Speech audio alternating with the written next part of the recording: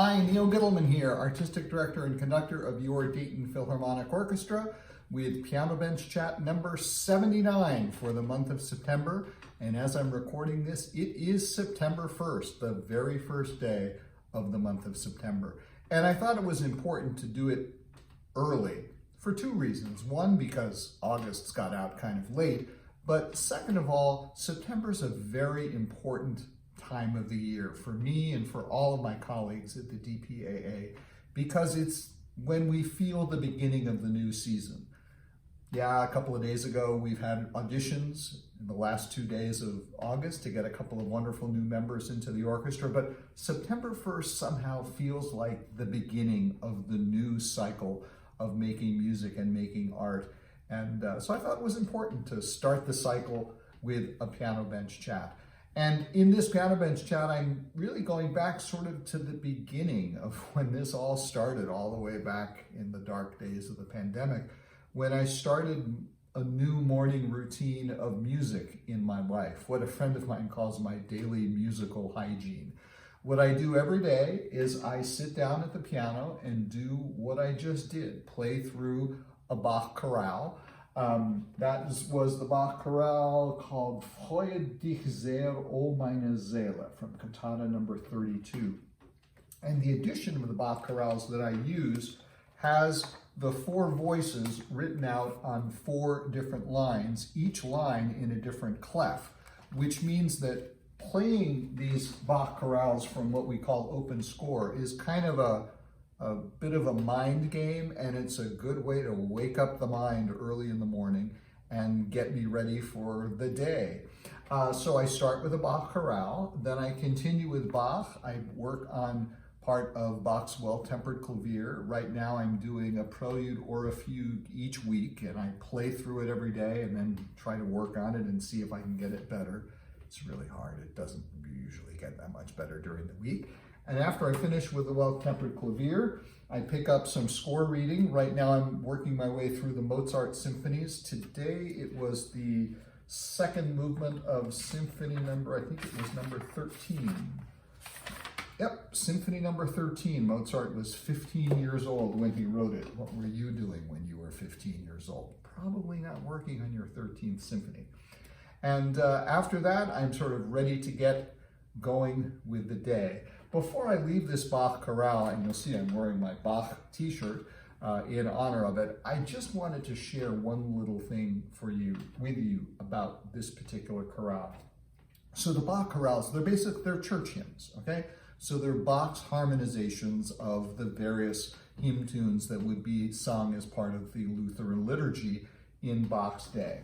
And they're lots of different ways that any given hymn tune can be harmonized in four parts for a choir to sing. But Bach's are always just really cool. Like, for instance, that very last phrase of that chorale I played you. The melody goes like this.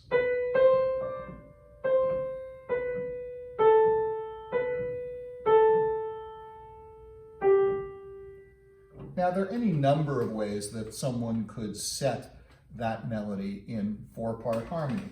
Here, for instance, is one possible way.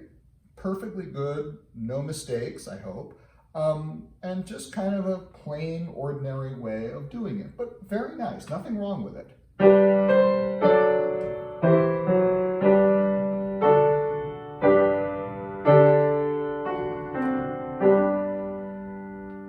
Perfectly nice, kind of like what you might hear in church sometime. But that's not what Bach does. Bach writes interesting lines for the inner voices, like the tenor sings this.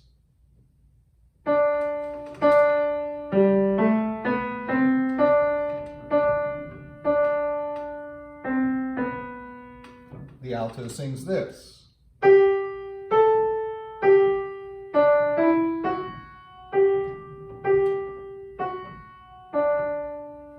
And together they sound like this. Kind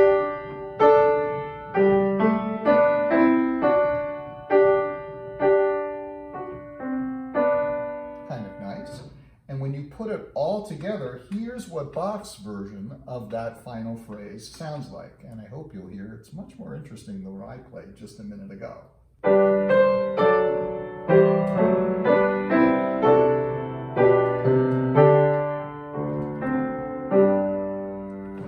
got those little moving lines, but most importantly is what he does near the end.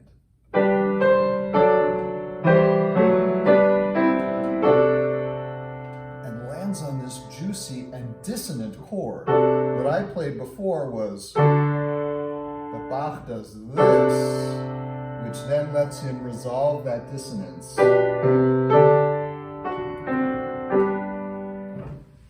It's like back in the old days of Saturday Night Live when Chevy Chase would say, "I'm Chevy Chase and you're not." Well, he's Johann Sebastian Bach and we're not. Bach is just amazing. And speaking of Bach, what's left on my music stand right now is one of the pieces I'm going to be studying today. It's from our first concert of the season. And one of the exciting things about what's going on now is the season is getting going. We have our first concert coming up in a couple of weeks with the wonderful Brandon Patrick George as flute soloist. And then after that, the very next week, we have a Rockin Orchestra show with the music of Fleetwood Mac. And I will have a nice big stack of, in fact, I have it already, a nice big stack of Fleetwood Mac scores. I won't get to them today, but probably tomorrow I will start working my way through them. And then the week after that, we have our first Pops concert of the season with Camille Zamora and the Mambo Kings, a wonderful, wonderful show. And there's a stack of music for that, which should be arriving first thing next week. So I've got a lot of work ahead of me, but today I'm going to be working on the first and last movements of the flute concerto by Christopher Rouse that Brandon Patrick George will be playing with us. And you're not going to hear the flute part. I'm just going to be playing on the piano, the orchestral accompaniment. But it's interesting because what Rouse has written is a little bit like a Bach chorale, except it's very, very slow. So I will get to work on that. And in the meantime, I will thank you for joining me for Piano Bench Chat number 79, and have a great month of September. I hope you will spend some of it, at least a few nights during September, with us at the Dayton Philharmonic at the Schuster Center as we get our season going. It's great to be back playing music for you again. And as I say, hope to see you at the Schuster. Have a great month, and I'm going to turn my attention to Mr. Rouse right now, if you don't mind.